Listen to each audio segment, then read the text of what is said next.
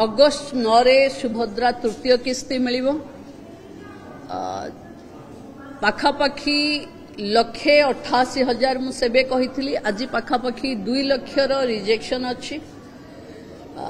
कारण होची कि प्रथम किस्ती नेला परे किछि आईटी रिटर्न्स दे देइचंती किए गाड़ी किणी देइची बा 5 एकर जमी तांको नारे आसीच आमे अगस्ट 9 परे आर सर्वे हबो पुणी आउ थरे एवं जो माने एलिजिबल लोक से माने पाइबे एवं अगस्ट 9 परे पुणी पोर्टल ऑन हबो जो मानंकु 21 हे जाइथिबो से माने शामिल हेबे एवं आपण माने जानी खुशी हेबे जे पाखापाखी 93,000 महिला जहांकु 60 वर्ष हे जाइछ से मानंकु आमे सीधा सीधा एसएसपीडी को तांकर भत्ता पाई दे देइचु।